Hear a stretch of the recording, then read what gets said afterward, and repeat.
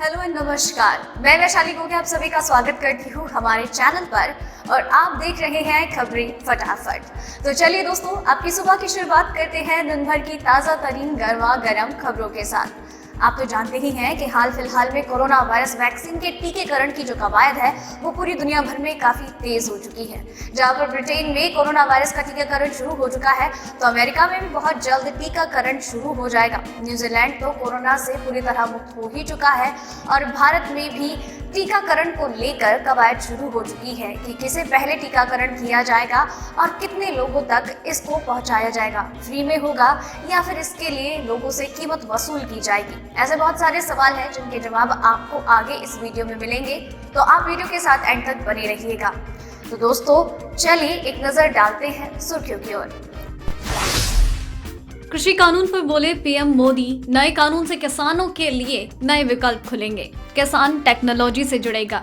60 crore vaccine, एक बार में 100 लोगों का टीकाकरण, ऐसी है भारत की तैयारी। पाकिस्तानी सेना ने दागे मोर्टार और तोप के गोले, भारतीय सेना की जवाबी कार्यवाही में कई चौकियां तबाह।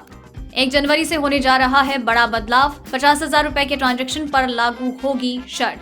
अब किराए पर भी ले सकते हैं मोबाइल। सैमसंग ने शुरू किया स्मार्टफोन रेंटल प्रोग्राम। भारत की बढ़ती शक्ति से चीन पाकिस्तान में टेंशन, रिपोर्ट में हुआ बड़ा खुलासा। जनसंख्या कानून, केंद्र सरकार बोली किसी को सिर्फ 2 बच्चे पैदा करने के लिए मजबूर नहीं किया जा सकता। 3 महीने तक नहीं लिया राशन तो रद्द हो सकता है राशन कार्ड, केंद्र सरकार ने लिया अहम फैसला।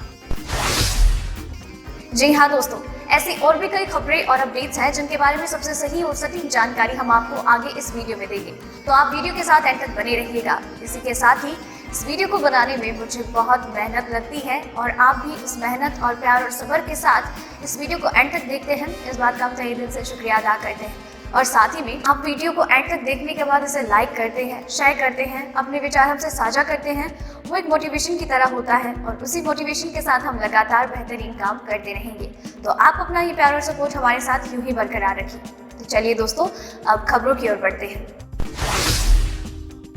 देश में कोरोना वायरस की रफ्तार अब धीमी पड़ती दिखाई दे रही है। स्वास्थ्य मंत्रालय की ओर से जारी आंकड़ों के अनुसार पिछले 24 घंटे में कोविड-19 संक्रमण के 30,006 नए मामले सामने आए, जबकि 442 लोगों की मौत हुई। नए केस सामने आने के बाद देश में अब तक कोरोना संक्रमित मरीजों की कुल संख्या 98,26,775 हो गई। स्वास्थ्य मंत्रालय के अनुसार देश में अब तक 93,24,328 लोग रिकवर हो चुके हैं, जबकि इस समय 3,59,819 एक्टिव केस हैं।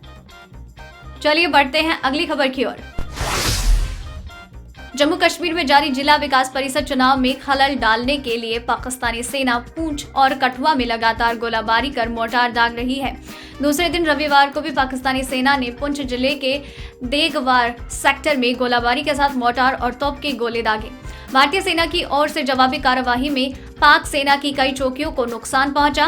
गोलाबारी की चपेट में कई रिहायशी इलाके आए, लेकिन कोई नुकसान नहीं हुआ। दोनों तरफ से देर शाम तक गोलाबारी जारी रही। इससे पूर्व भी पाकिस्तानी सैनिकों ने पुंछ के बालाकोट सेक्टर में गोलाबारी की थी। जानकारी के अनुसार पाकिस्तानी सैनिकों ने पुंछ जिले के देगवार सेक्टर में भारतीय सेना की अग्रिम चौकियों पर छोटे हथियारों से गोलाबारी के साथ मोर्टार दागना शुरू कर दिया। सदर भारतीय सेना ने तुरंत जवाबी कार्यवाही की, जिसमें पाक सेना की कई चौकियों को नुकसान हुआ। इस पर बौखलाई पाक सेना ने मोर्टार के साथ तोप के गोले दागने शुरू किए, जो पुंछ जिला मुख्यालय से थोड़ी दूर पर नाले में गिरे। गोलाबारी से नियंत्रण रेखा पर डर का माहौल बन गया और लोग रोजमर्रा का कार्य छोड़कर सुरक्षित स्थानों पर चले गए। चलिए बढ़ते हैं अगली खबर की ओर। प्रधानमंत्री नरेंद्र मोदी ने आज फिक्की के 13वीं वार्षिक आम सभा और वार्षिक सम्मेलन को संबोधित किया। इस दौरान पीएम मोदी ने कहा, नए कानून के बाद किसानों को नए बाजार मिलेंगे, नए विकल्प मिलेगी, टेक्नोलॉजी का लाभ, देश का कोल्ड स्टोरेज इंफ्रास्ट्रक्चर आधुनिक होगा। इन सबसे कृषि के क्षेत्र में ज्यादा निवेश होगा। भारत ने जिस तरह बीते कुछ महीनों में एकजुट होकर काम किया, नीतियां बनाई, निर्णय लिए, स्थितियों को संभाला, उसने पूरी दुनिया को चकित कर दिया है। चलिए बढ़ते हैं अगली खबर की ओर। 1 जनवरी से बैंकिंग सिस्टम में एक और बदलाव होने जा रहा है। चेक के जरिए फर्जीवाड़ा रोकने के लिए नई व्यवस्था लागू होगी। इसमें 5 लाख रुपए से ज्यादा के सभी चेक पॉजिटिव पे चेक से ही जारी होंगे। यही नहीं, ग्राहक चेक काटते समय खुद बैंक को उसे भुनाने वाले की जानकारी देंगे। चेक काटने वाले और चेक भुनाने वाले दोनों की जानकारी के मिलान पर ही उसका क्लियरेंस बैंक करेगा। ग्राहक बैंक को एसएमएस, एटीएम, मोबाइल ऐप से चेक लिखने का ब्यौरा साझा कर सकेंगे। बैंकों को 50,000 रुपए से ज्यादा की रकम पर यह सुविधा देनी होगी। दरअसल आरबीआई ने बैंक धोखाधड़ी रोकने के लिए पॉजिटिव पे चेक शुरू करने का फैसला किया। इसके तहत 50,000 रुपए से ज्यादा पेमेंट वाले चेक पर दोबारा पुष्टि करने की जरूरत होगी। हालांकि यह खाता धारक पर है कि वो इस सुविधा का फायदा लेता है या नहीं। हालांकि बैंक 5 लाख रुपए या उससे ऊपर की रकम वाले चेक के लिए ये व्यवस्था अनिवार्य करेगा। चलिए बढ़ते हैं अगली खबर की ओर। आज के वर्तमान समय में भारत खुद को शक्तिशाली बनाने पर ध्यान दे रहा है। भारत की ताकत लगातार बढ़ रही है। भारत की इसी बढ़ती शक्ति से चीन पाकिस्तान की टेंशन बढ़ गई है। साथ ही चीन पाकिस्तान हैरान होकर परेशान नजर आ रहे हैं। एक रिपोर्ट के अनुसार पिछले 60 दिनों में भारत ने करीब 12 मिसाइल टेस्ट किए। भारत की इसी मिसाइल टेस्ट से भारत के दुश्मनों की परेशानी बढ़ गई। सबसे बड़ी बात यह है कि भारत द्वारा किए गए ये मिसाइल टेस्ट सारे सफल रहे। भारत में मोदी सरकार के आने के बाद भारत ने अमेरिका, इजराइल, फ्रांस और रूस जैसे देशों के साथ कई तरह की सैन्य डील की है, जिससे भारतीय सेना को आधुनिक बनाने का काम किया जा रहा है। इससे सेना की ताकत भी बढ़ रही है। आपको बता दें कि लद्दाख में चीन से निपटने के लिए भारतीय सेना तैयार है। साथ ही साथ पाकिस्तान से लगी सीमा पर भी पाकिस्तान को मुंहतोड़ जवाब दिया जा रहा है। इससे चीन और पाकिस्तान दोनों ही टेंशन में है। आने वाले दिनों में भारतीय सेना और भी मजबूत हो सकती है। चलिए बढ़ते हैं अगली खबर की ओर।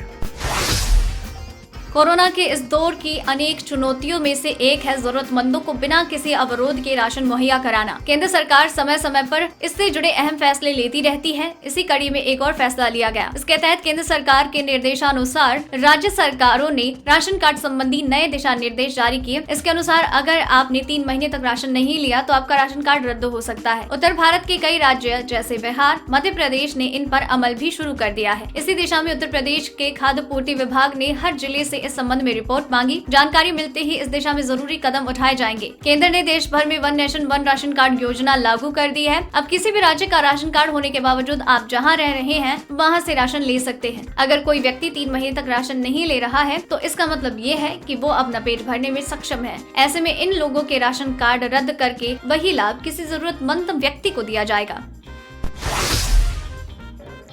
दोस्तों, अगर आपको लग रहा है कि खबरें खत्म हो गई हैं तो ऐसा बिल्कुल भी नहीं है और आप चाहते हैं कि आप तक लगातार खबरें पहुंचती रहें तो आपको करना होगा ये कि वीडियो के नीचे आपको एक लाल सब्सक्राइब बटन दिखाई दे रहा होगा और उसको आप क्लिक करेंगे तो आपको दिखाई देगा एक बेल आइकन, तो उसे भी क्लिक करें तो आपके पास लगातार आने वाली खबरों के नोटिफिकेशन पहुँचते रहेंगे। तो चलिए दोस्तों, अब अगली खबर की ओर बढ़ते हैं क्योंकि खबरें काफ़ी महत्वपूर्ण हैं।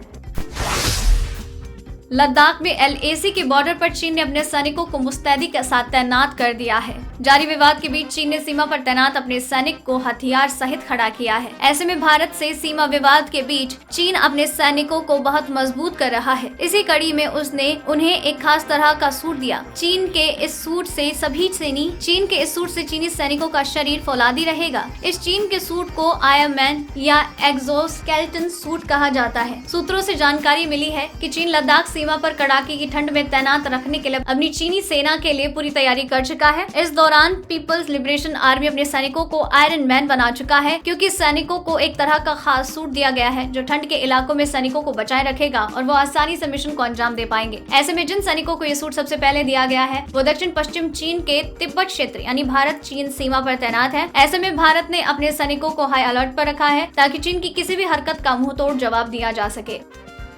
चलिए बढ़ते हैं अगली खबर की ओर।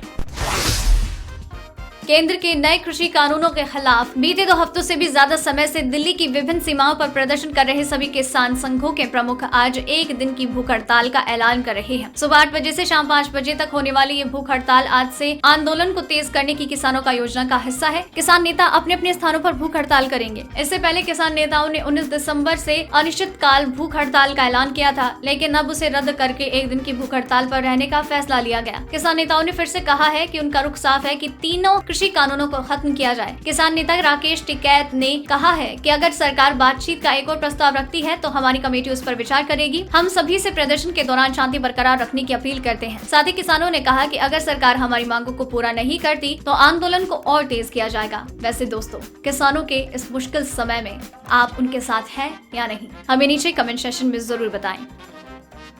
चलिए बढ़ते हैं अगली खबर की ओर। उत्तर प्रदेश के ग्रामीण क्षेत्रों में बैंकिंग सुविधाओं को सहज बनाने और महिला स्वावलंबन को नई दिशा देने वाली बैंक सखी की ट्रेनिंग शुरू हो रही है। ट्रेनिंग पूरा होने के साथ ही प्रदेश को 58,000 बैंक सखी मिलेंगी। बैंक सखी के ट्रेनिंग, वर्कशॉप, ड्रेस आदि की तैयारियों के बारे में मुख्यमंत्री योगी आदित्यनाथ ने कहा कि बैंक सखी महिलाओं को सशक्त और स्वावलंबी बनाने के प्रयासों में अहम रोल निभाएगी। इसके साथ ही बैंकिंग सेवाओं के विस्तार और सुगमता के लिहाज से भी ये अहम साबित होगी। हर ग्राम पंचायत में एक बीसी सखी तैनात करने संबंधी मुख्यमंत्री के निर्देशों पर प्रदेश भर में आवेदन मंगवाए जा रहे हैं। अगर आप भी उत्तर प्रदेश से हैं और आपके घर की महिला ने 10वीं पास की है तो वो भी इसमें आवेदन कर सकती है। इस योजना में काम करने वाले सभी बैंकिंग सखी लोगों के घर घर जाएंगी और वहां सरकार की ओर से चलाई जा रही योजनाओं और बैंकिंग सुविधाओं के बारे में बताएगी। यही नहीं, घर बैठे ग्रामीणों के बैंक से जुड़े हर जरूरी कामों को भी निपटाएंगी। ये 25,000 रुपए तक का ओवरड्रॉट भी कर सकेंगी। इन्हें ट्रांजैक्शन पर 2% कमीशन भी मिलेगा, साथ ही सैलरी भी अलग से मिलेंगी। चलिए बढ़ते हैं अगली खबर की ओर। स्मार्टफोन की दुनिया तेजी से बदल रही है। आए दिन नए नए मॉडल लॉन्च हो रहे हैं और कई मॉडल्स तो इतने महंगे होते हैं कि उन्हें खरीदना हर किसी के बस में नहीं होता। अगर आप कोई अच्छा सा स्मार्टफोन खरीदना चाहते हैं लेकिन आपकी पॉकेट अलाउ नहीं कर रही है तो टेंशन मत लीजिए, अब आप अपनी पसंद का मोबाइल किराए पर भी ले सकते हैं। फिलहाल स्मार्टफोन किराए लेने की ये सहूलियत सैमसंग ने शुरू की है। सैमसंग ने रोवर के साथ साझेदारी में जर्मनी के स्मार्टफोन किराए पर देने का कार्यक्रम स्मार्टफोन रेंटल प्रोग्राम शुरू किया है। इस योजना के तहत लोग गैलेक्सी डिवाइस को 1 महीने, 3, 6 या फिर 12 महीने के लिए किराए पर ले सकते हैं। सैमसंग जल्द ही ये सर्विस भारत में भी शुरू करेगा। चलिए बढ़ते हैं अगली खबर की ओर।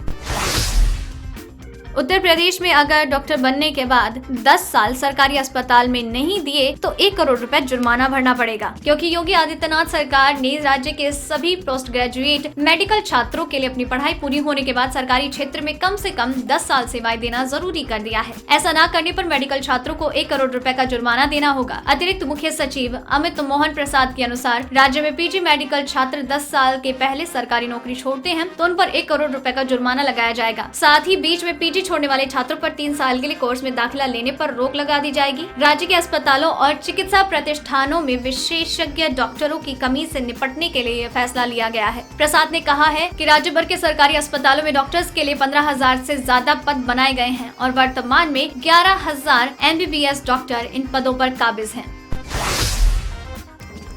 तो दोस्तों, आज के इस वीडियो में बस इतना ही। खबरों का ये सिलसिला यही खत्म करते हैं, लेकिन खबरें आप तक लगातार आती रहेंगी। आप बस चैनल के साथ बने रहिए, चैनल को सब्सक्राइब कर लीजिए और आप तक नोटिफिकेशन आते रहेंगे। इसी के साथ ही आपको वीडियो पसंद आई, एंड तक देखा तो इसे लाइक और शेयर जरूर कीजिएगा और खबरों के बारे में अपने विचार हमसे साझा करें और अपना नाम मेंशन करना बिल्कुल ना भूलें। धन्यवाद।